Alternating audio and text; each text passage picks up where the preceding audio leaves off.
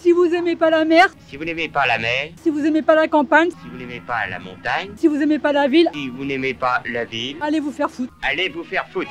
Un couscous bébé, un couscous. Et un casse-casse poulet, hein? Ouais, la différence entre un con et un voleur. Vous savez quelle différence il y a entre un con et un voleur? Non. Le voleur s'arrête un jour, seulement les cons non-stop. Un voleur, de temps en temps, ça se repose. Il n'y a pas besoin d'adjectif pour le qualifier parce qu'il est déjà lui-même un adjectif. Marianne aujourd'hui n'a pas le pass et elle ne peut pas rendre hommage à Belmondo parce qu'elle n'a pas le pass.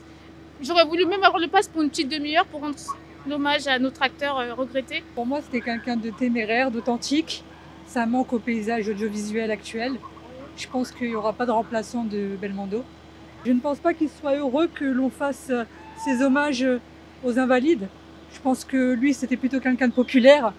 Et pour lui, c'est carrément un hommage dans la rue qu'il aurait fallu. Et ce qui est triste, c'est que pour des gens comme nous, qui ne sont pas pour la politique du pass sanitaire, qu'on soit derrière des barrières pour lui rendre hommage, alors que je pense que s'il aurait été là, il nous aurait dit gracieusement « Venez donc avec moi, chère demoiselle ». Je suis venu bénir Bébel, paix à son âme, avec une belle photo de l'abbé Pierre. Bébel, bah, un grand frère, quoi. Un père même, je dirais.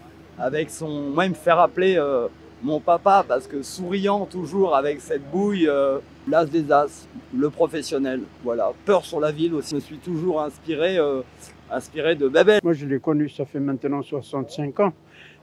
C'était à Bagneux. Il a tourné le film avec Henri Essner, c'était Les copains du dimanche. Et j'ai joué dans ce film.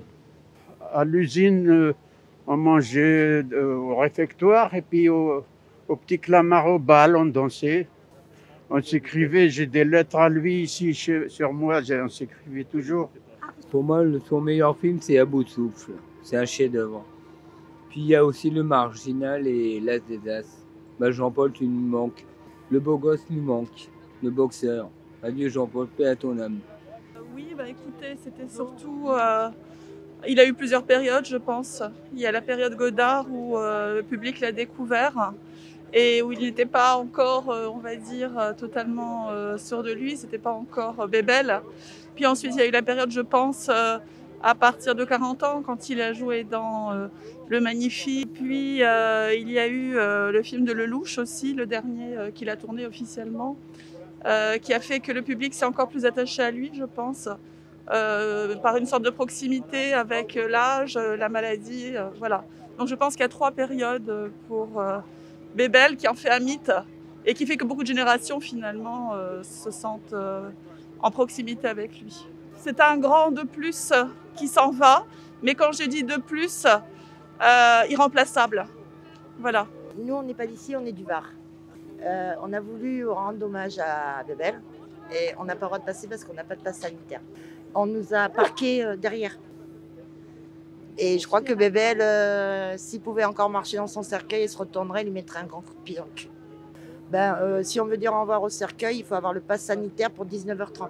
On est en plein air, on gêne personne, on n'est pas si nombreux que ça. Et séparer le peuple comme ça en deux, ça va pas durer longtemps.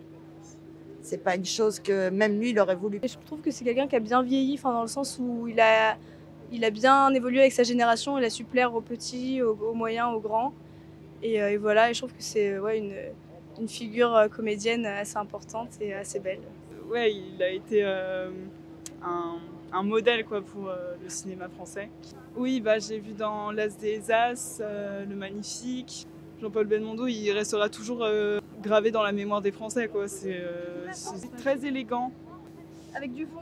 Ouais. Parce que des acteurs qui ont pas de fond, je trouve qu'il y en a. Et lui, on sent qu'il y a vraiment une passion dans ce qu'il fait. Pour moi, c'est charismatique et passionné. Et puis classe à la française aussi un peu.